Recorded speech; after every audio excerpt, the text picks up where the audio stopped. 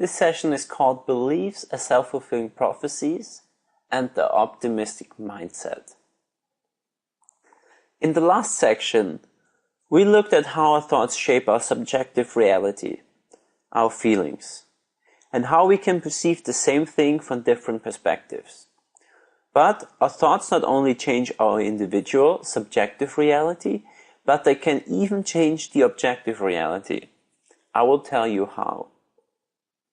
Some decades ago, psychology regarded optimism with some suspicion. It was anxious that it could encourage a fool's paradise approach to life. The fear was that we humans wouldn't be equipped to face life's challenges and hardships if we lived with our heads in the clouds, deluding ourselves that life was a bed of roses. Early works considered optimism naivety or denial, and in the 1970s, optimism was even considered a psychological deficit. And then Robert Rosenthal came along. Robert Rosenthal became famous because of his landmark study in psychology. What he did was he went into random schools and had all the pupils take a test to find the students with the highest potential. Then he went ahead and told the teachers about the students who were most likely to make significant progress through this year. The actual test was a regular IQ test, and in reality, the high potential students were picked completely randomly. That means the outcome of this test was fake. The teachers were not allowed to tell the pupils or anybody else, and they were not given any additional instructions. After a year, the researchers went back to the school and looked how the students were doing.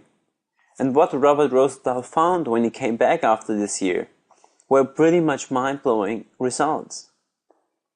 Those students who had been randomly labeled high potentials improved not only their grades, but also their IQ levels, even in the long term, and significantly more than their peers.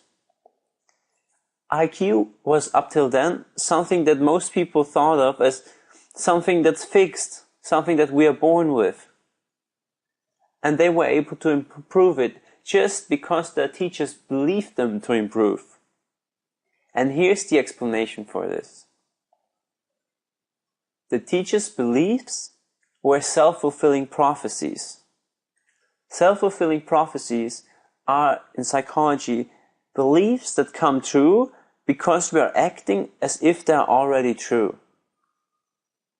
If some of you have heard about the book The Secret, in this book, it's pretty famous, it's been called The Law of Attraction. And it's a book that's coming from the New Age movement, but there's really nothing mystical about it. Our expectation that we will see a particular outcome changes our behavior, which then shapes the way others see us. And in turn, others provide us with certain kind of feedback, and that reinforces our original belief then. And so on and so on. It's an upward spiral. And the same can be a downward spiral if it's a negative belief. If we believe somebody is incapable of improving or incapable of doing math. Here's how Robert Rosenthal explains the study mechanisms. He says that in a very short time, the teachers began to treat those allegedly high potentials differently than the other kids. Those kids began to think of themselves differently, and in the end, they actually performed better than the other kids. The children were transformed simply by the positive expectations of the teacher. And as I just said, unfortunately the same thing has also been proven true when teachers think of certain kids negatively. So how does this self-fulfilling prophecy apply to our lives? Let's say, for example, that I'm going to a party where I don't know many people. If I believe I don't make a good first impression, or I worry that nobody will talk to me, I will probably enter the party acting awkward, anxious, and kind of standoff. And then, people are likely to interact with me with less enthusiasm, or they may ignore me. And this then confirms my belief that I'm not good with people I don't know. On the other hand, if I enter the party believing that I'm good with people I don't know, and expecting to make new friends, then I'm much more likely to be outgoing, engaging, and if somebody in fact doesn't like me, I'm much more likely to not take it personally. As a result, people will likely respond amiable to my friendliness, and I indeed make new friends. So if you ask yourself if this is the power of positive thinking, then the answer is yes and no, because it's actually not that simple. The optimistic mindset is a thinking pattern that enables us to benefit from self-fulfilling prophecies. But there's a problem. It's called the Stockdale Paradox. Admiral Stockdale was a high-ranking American military who was caught and tortured during the Vietnam War. In the book Good to Great, James Collins talks to Stockdale and looks at his coping strategy and asks him about this period in his life. Here's what Admiral Stockdale said. He said, "I never lost faith in the end of the story. I never doubted not only that I would get out, but also that I would prevail in the end and turn the experience into the defining event of my life, which in retrospect I would not trade." And then James Collins, the author of Good to Great, asked him, who didn't make it out of Vietnam? And Stockdale replied, "Oh, that's easy. The optimists. They were the ones who said, we're going to be out by Christmas. And Christmas would come and Christmas would go. And then they'd say, we're going to be out by Easter. And Easter would come and Easter would go. And then Thanksgiving. And then it would be Christmas again. And so on. And then, he said, they died of a broken heart." Stockdale then added that this is the very important lesson he learned. You must never confuse faith that you will prevail in the end, which you can never afford to lose, with the discipline to confront the most brutal facts of your current reality, whatever they might be. And this is what Collins calls the Stockdale Paradox. Abraham Maslow, one of the main humanistic psychologists, said the same thing. He said that false optimism sooner or later means He said that false optimism sooner or later means disillusionment, anger, and hopelessness. It is important that our beliefs are grounded in reality, just as Maslow and Stockdale said. Clearly, blind optimism that's detached from reality, has to be avoided, and it's not beneficial. But practical optimism that's grounded in reality and its benefits are now widely established in psychology in general. The question then becomes, well, when should I use the optimistic mindset? And here's when. If you're in an achievement situation, use optimism, like getting a promotion or selling something, writing a difficult report, or winning a game. Secondly, if you're concerned about how you will feel in the future, use optimism. And thirdly, if you want to lead, if you want to inspire others, if you want people to vote for you, then use optimism. For the time when not to use optimism, there's a very easy rule of thumb, and that is, do not use an optimistic mindset when the cost of failure is high. The fundamental guideline for not deploying optimism is to ask whether the cost of failure is high in a particular situation.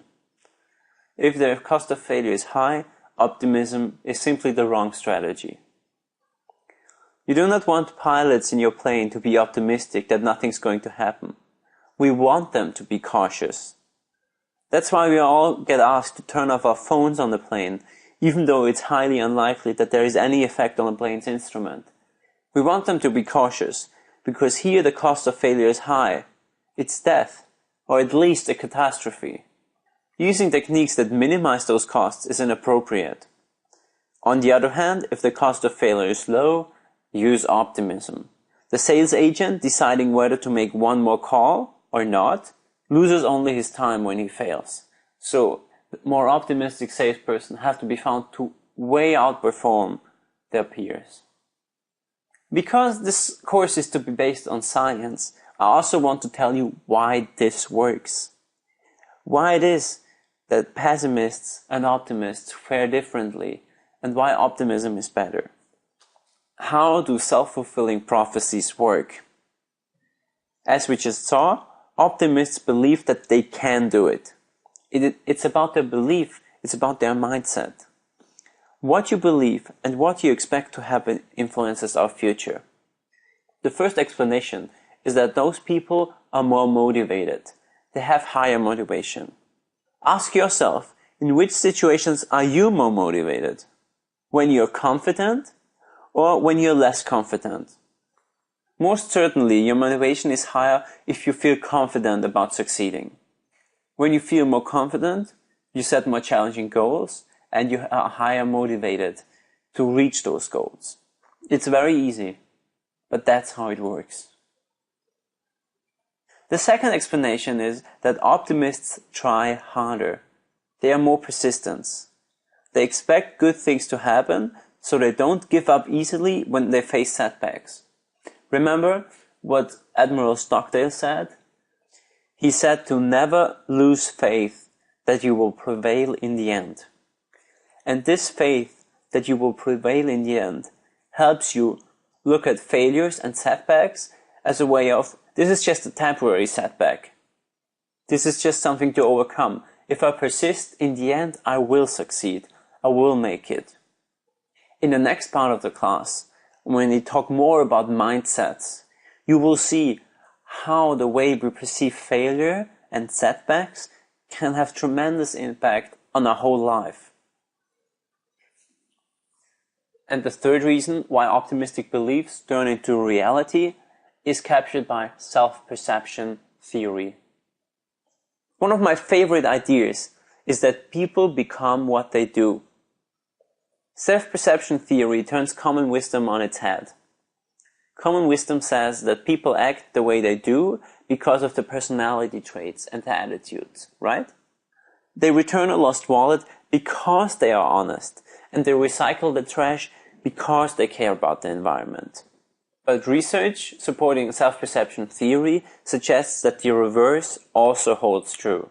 If we return a lost wallet, we see ourselves returning it, and we see ourselves as honest people.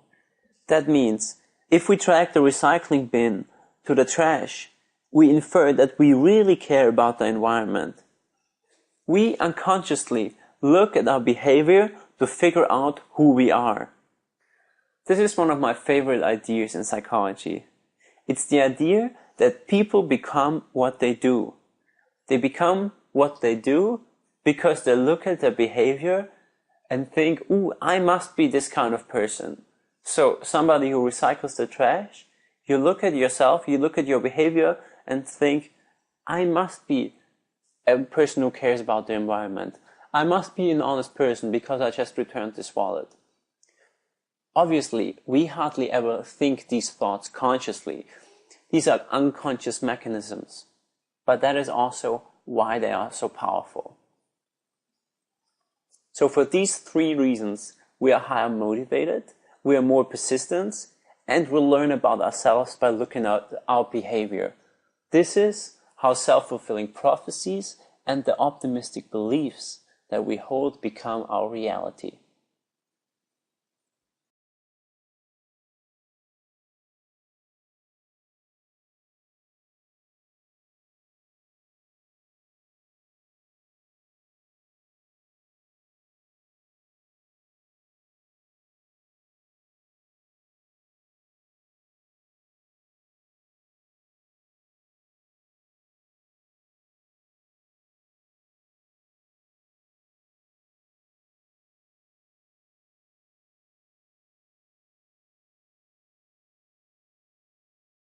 The last class in this series is changing our mindsets by changing our behavior. This is the ultimate strategy. It is important to understand how our mindset affects our behavior, and we discussed this extensively in the last lecture. But ultimately, we have to change our behavior to reap the benefits of self-fulfilling prophecies, the optimistic mindset, and the growth mindset. As we saw when we looked at self-perception theory, there is one main strategy to become a more successful person: changing our behavior. We have to put ourselves on the line and leave our famous comfort zone. The idea of the comfort zone goes back to one of the classic experiments in psychology. More than 100 years ago, in 1908, two psychologists discovered that when they had mice running in a maze and giving them mild electrical shocks, they were faster to complete the maze. But when the shocks became too strong, the rats just randomly ran into every direction trying to escape. The lesson learned from this experiment is that increasing stress and arousal could help focus motivation and attention on the task, but only up to a certain point. The same has been found true for humans. If we are in a state of relative comfort, we perform at a steady level. But in order to maximize our performance and grow, we need a state of relative anxiety, a space where our stress levels are slightly higher than normal. This space is called optimal anxiety, or growth zone, and it's just outside our comfort zone. Too much anxiety and we're too stressed to be productive, and our performance drops sharply. Let me give you an example. Back in school, we used to be nervous before exams. But if we got too nervous, that would cause problems. An optimal level of nervousness and stress can help us focus on the test and remember the information that we studied better. But too much test anxiety can have us have a blackout and we don't remember anything. This would be the panic zone. Where we want to be is the growth zone. And when we are in the growth zone, we will see that over time we are expanding our comfort zone. And the goal is to reach that optimum level so that our skills increase and we become comfortable with this new level of anxiety. Then we're in the expanded comfort zone. You'll see that as you challenge yourself, your comfort zone adjusts, and what was difficult before becomes more easier as you repeat it. And as we get more used to those feelings of, let's call it, productive discomfort, it won't be so scary to try new things in the future. Of course, there are things we can do that help us step out of our comfort zone. The first thing to remember is to take one step at a time. Start small. The change process doesn't happen in one step, but in many, many small steps. You do one thing different in the right direction, and that's what behaviorists call successive approximations. One step leads to another. With each step you take, you perceive yourself as someone who does go outside your comfort zone. Remember about self-perception theory. We learn about ourselves by looking at our behavior. So if we step outside of our comfort zone, we perceive ourselves as a person who steps outside of our comfort zone. And we infer, oh, I must be a person who does these kind of things. So when you move into your growth zone by trying something new and you don't, die, it's kind of reinforcing. It's reassuring. It's encouraging. It might even help you to get in your growth zone the next time, and the next, and the next, and the next, and the next. Here I also want to remind you of neuroplasticity. When we get outside of our comfort zone, we start creating new pathways in our brain. And those pathways or connections grow stronger only over time. As we continue to go outside our comfort zone, these pathways are reinforced and these connections grow. What else can we do to make leaving our comfort zone easier? One such help is finding a role model. Because one thing we know is that people don't attempt to achieve something unless they believe it can be done. We know that people are much more likely to attempt to do things if they've seen that someone like them can do it. First, we need to know that something can be done. And then we need to know that we can do it. And role models can help us with both of these points. They are the obvious proof that some things can be done. And when you then go and bring the right mindset to your life, then you are ready to grow beyond what you could have imagined before. Speaking of the right mindset, we also have to learn to fail. Please keep in mind there is no foolproof recipe for success. That doesn't exist. And failures and setbacks will inevitably occur if we really try and move out of our comfort zone. The key is to bring a growth mindset to these failures. Seeing failures as part of the learning process. Seeing failures as learning from them, as sources of information.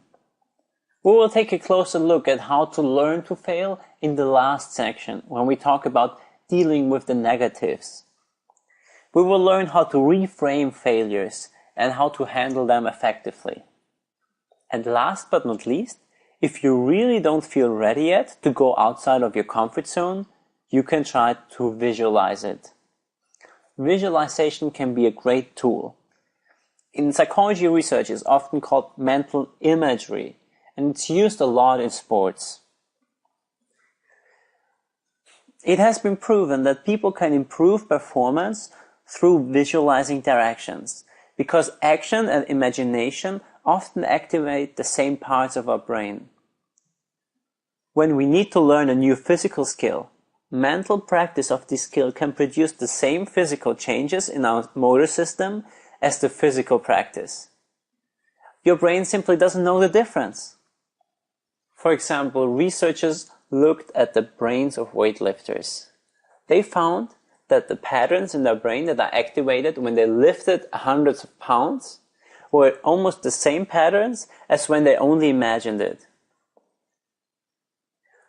Research showed that mental practices can be almost as effective as true physical exercise, and that doing both is more effective than doing either of them. A great study done in this area brought in two groups of people. One of the groups were instructed to go to the gym. They carried out real workouts in the gym, and the other group carried out virtual workouts in their heads. The researchers found that the group who went to the gym had 30% muscle increase. And the group of people who only imagined that they were doing weight training had muscle increase almost half as much, about 15%. And this remained like this for the next 3 months. So simply by imagining that you're doing weightlifting, your muscles grow.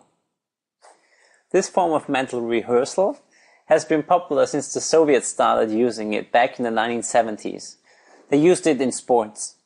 Nowadays, many athletes all across the world employ this technique, and almost every world-class athlete uses visualization. The brain is getting trained for actual performance during visualization. It has been found that regular mental practices can enhance motivation, increase our confidence and our persistence, and improve our performance. All these things are relevant for achieving our best life. And in order for you to do this, I want to introduce you to a practice called Best Possible Self. It's a writing exercise, and for this exercise, you need about 20 minutes a day for 4 days. But this is again flexible, and you can do it as you please. Think about your life in the future. Imagine that everything has gone as well as it possibly could. You have worked hard and you succeeded at accomplishing all your life's goals. Think of this as the realization of all your life dreams. Think about all the aspects of your life, your home, work, relationships, leisure activities, etc., etc. Now, write about what you imagined. And before we end this lecture, I want to finish off with a final sentence. Remember that in the end it always comes down to our actions. Visualization can be a helpful tool, but in the end, we have to take action.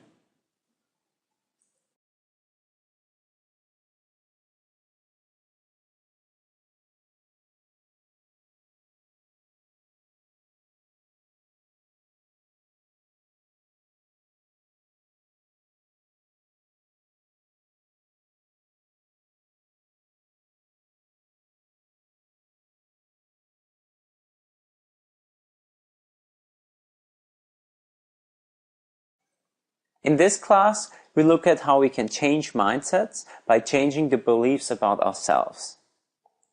Let's look at what different mindsets there are, what different mindsets people have, so that we then can go and change them. Let's first look at how we view intelligence. What do you think about this statement? Do you think it's true or not?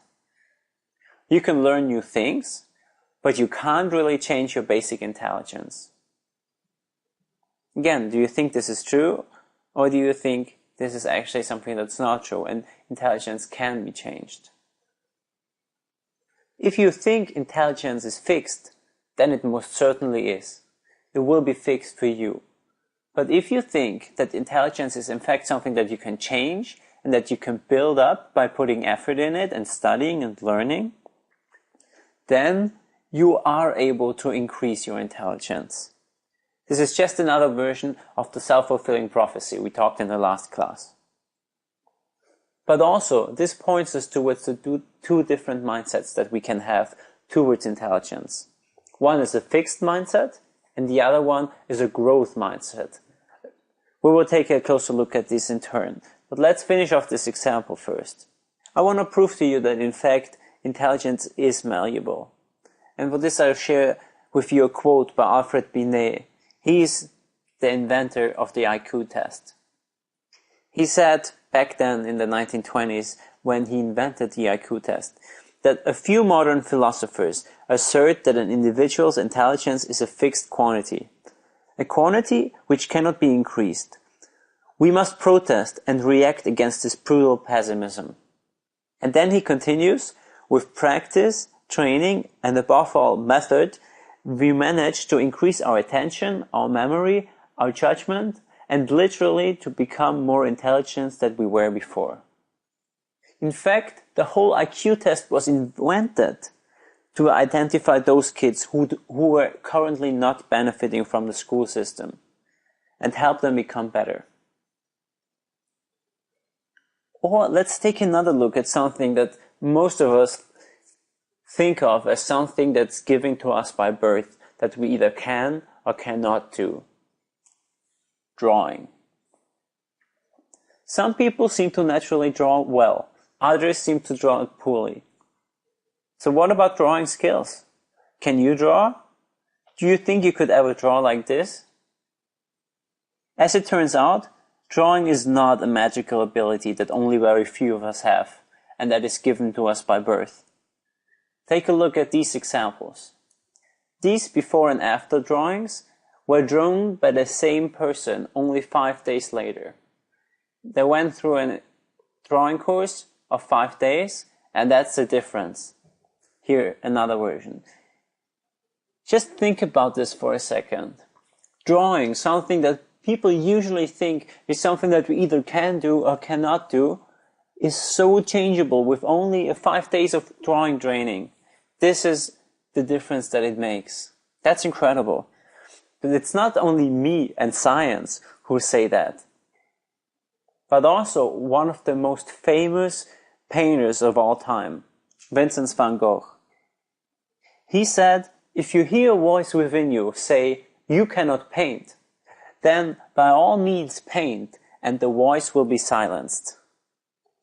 He already knew what psychologists had to find out 100 years later.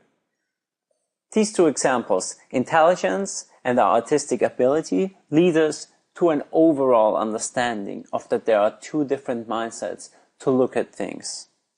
You can easily replace intelligence or artistic ability by musicality, creativity, the athletic type, or maybe some business understanding, some intuition. All these things can be looked at from two different angles, with a fixed or with a growth mindset. These two mindsets are underlying belief that we have about our qualities and even about our personalities. Let's look at the fixed mindset first. If you have a fixed mindset towards something, you believe that the qualities you have are carved in stone. Success is not about learning, but about showing talent. What you do is about winning, and not about developing and learning. People with growth mindset, on the other side, see their qualities as things that they can develop through much dedication and through effort. They believe that with experience, effort, and engagement, people can grow.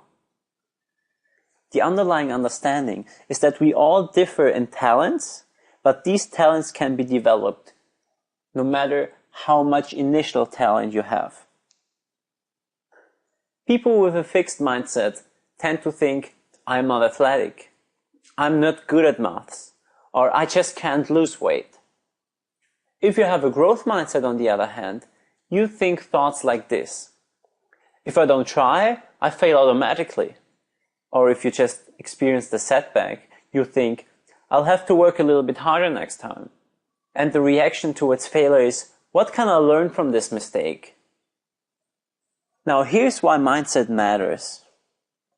Our mindsets matter because they affect how we think of effort and how we respond to failure. When we are faced with failure or a challenge, people with a fixed mindset do not pay attention to learning information. They get depressed more easily. They underrepresent past successes and focus on their failures. Most importantly, they look at effort as a reflection of low talent.